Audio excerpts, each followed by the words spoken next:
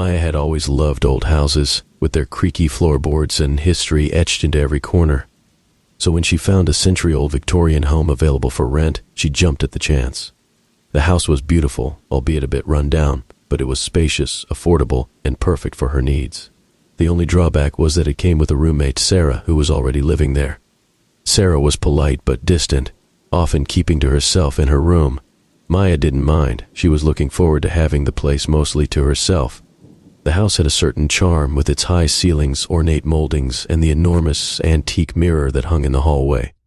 The mirror was a stunning piece, the frame intricately carved with vines and flowers, but it also had a peculiar quality that made Maya uneasy. Every time she passed it, she felt as though the reflection lagged behind, moving a fraction of a second slower than she did. She dismissed it as an optical illusion and tried not to think about it too much. One night, Maya was heading to bed when she noticed something odd. As she walked past the mirror, she saw Sarah standing behind her in the reflection, even though she hadn't heard her approach. Maya turned around to greet her, but the hallway was empty. Her skin prickled with fear as she slowly turned back to the mirror. Sarah was still there, standing silently behind her in the reflection, her eyes wide and staring. Maya whipped around again, but the hallway was still empty. Her heart pounded in her chest as she realized what she was seeing. The Sarah in the mirror wasn't moving, wasn't blinking, just staring unblinking at Maya. Panicking, Maya backed away from the mirror, her eyes locked on the reflection. But as she did, the image in the mirror began to distort. Sarah's figure grew darker, her features blurring until all that was left was a shadowy silhouette with glowing eyes. Maya ran to her room and slammed the door, her breath coming in short gasps. She tried to rationalize what she had seen. Maybe it was a trick of the light, or maybe she was just tired. But deep down, she knew that wasn't the case. The next morning, Maya confronted Sarah about the strange occurrence. Sarah's face went pale, and she avoided eye contact. "Did you see it?" Sarah asked quietly, her voice trembling. "See what?" Maya replied, her stomach twisting in knots. "The shadow," Sarah whispered. "It lives in the mirror." Maya's blood ran cold as Sarah continued. "I've been trying to get rid of it, but it won't leave. It shows up sometimes, watching me, following me around the house.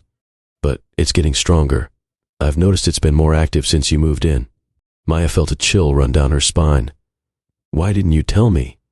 "I didn't want to scare you away," Sarah admitted. "And I thought maybe it would stay quiet, but it's not.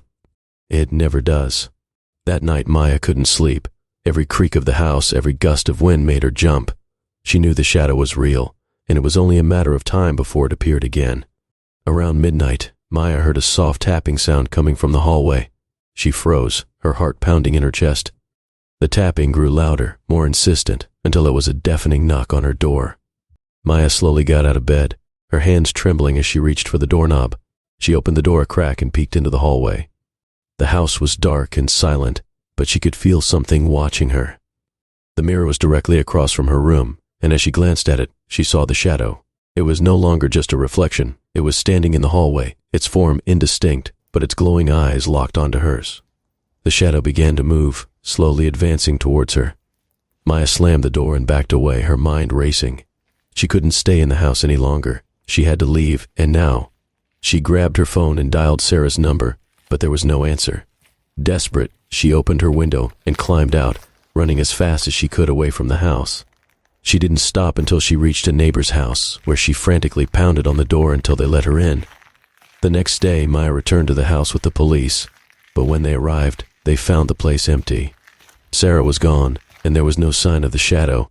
The mirror, however, was still there, cracked down the middle, as if something had tried to claw its way out. Maya moved out immediately, leaving the house and its haunting past behind, but she couldn't shake the feeling that the shadow was still watching her, lurking just out of sight, waiting for the right moment to return.